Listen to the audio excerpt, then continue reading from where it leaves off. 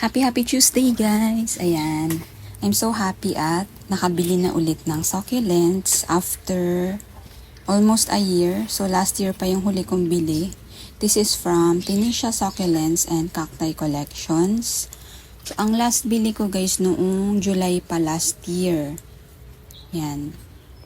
So dito ako guys bumibili since 2021. Yan, early 2021. Dito na ako bumibili ng mga succulents kina Ma'am Tiny.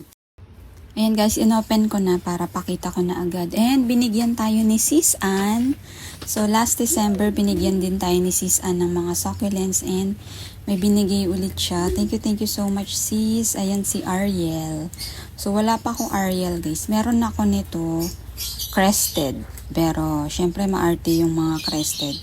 Nalusaw na yun. And pink ganzu. Yan. Ito, excited ako guys na mapa-stable sila.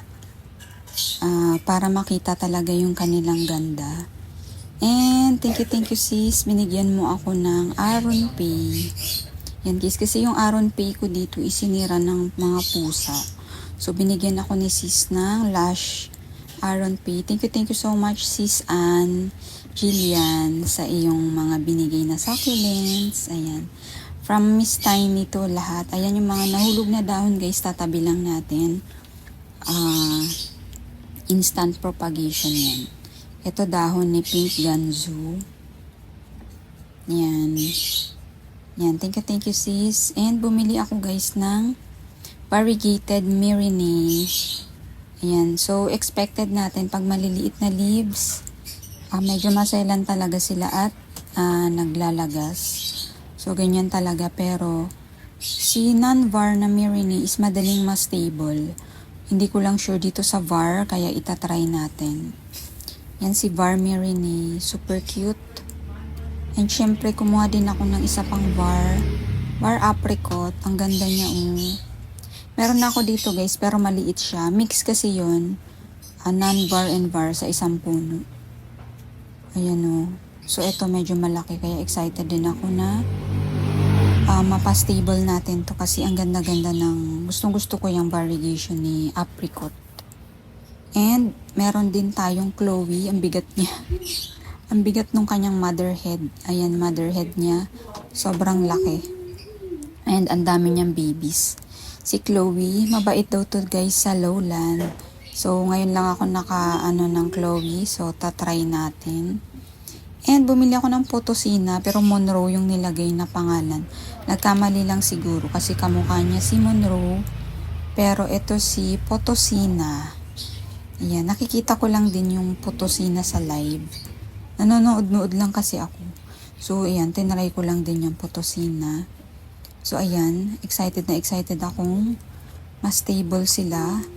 Summer pa naman ngayon, so sana walang mag-inarte. Ayan, makakahabol pa sila sa last bugso ng amihan this week. Ayan si Chloe. So, i-air dry muna natin sila ng ilang days. And may freebie tayo. Tingin ko Owl's Claw ito. Yeah, tama, Owl's Claw. Ayan, thank you so much, Ma'am Tiny, sa inyong pa-free. Sakto wala pa ako nito guys. Wala pa ako niyang Owl's Claw. Zebra lang yung meron ako. And syempre guys, kaya ako napamine. Ito na. Dan. Dahil dito sa dugong na napakalaki. Ayan guys, ang laki. Ayan Sakop niya isang tray guys. Ayan. Yan, sakop niya isang tray sa laki niya. Ayan, kaya ako napamine kina Ma'am Tiny ay dahil dito kay dugong. Ayan, ang ganda niya. Ayan So, wala naman akong balak talaga bumili ng succulents. Pero nakita ko to.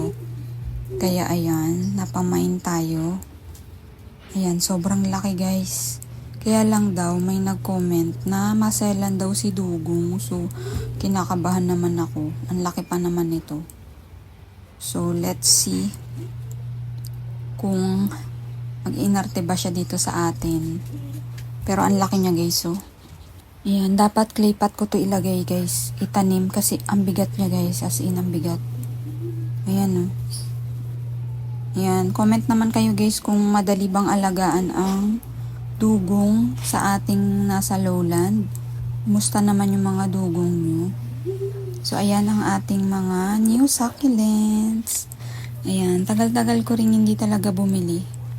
Kasi yung mga recent kong haul ay puro Gymno Astro. So, ngayon, succulents naman yung aking laging tinitignan ngayon. Ang gaganda kasi nila, lalo na pag summer guys.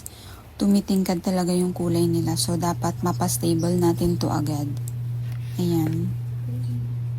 Yan, nandito muna sila guys. Air dry muna natin ng ilang araw. Ayan si Dugong. Pinatong ko lang yan guys sa pot. Ayan, ang laki ng pot nyo.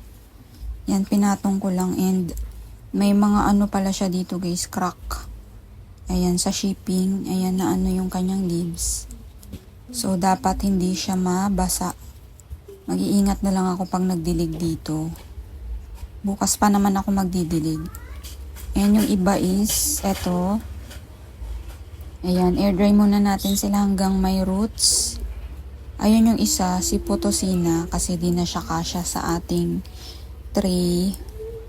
So, hopefully, umugat agad sila. Pero itong si Owl's Claw, itatanim ko na yan bukas. Madali yan mag-stable. Ayan, isi-same pot ko sila ni Zebra. Yan, kasi magkamukha sila. Sakto may pot pa akong ganyan.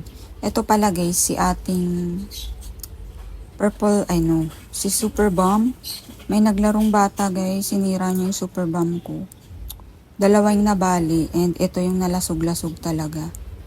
And hindi na siya kasya dun sa pot. Ano ba yan? Natumba ko pa. Itatanim ko yan ulit. So ayan lang guys ang ating bagong succulents ngayong Tuesday. Super in love ako dito guys sa ating dugong. Ayan. Thank you so much guys for watching. And sa mga hindi pa po nakakapag-subscribe, please don't forget to like, share, and subscribe. So, update tayo guys pag nagka-roots na sila and na-stable na natin. Ayan guys, happy Tuesday. And thank you for watching. See you on my next video. Bye!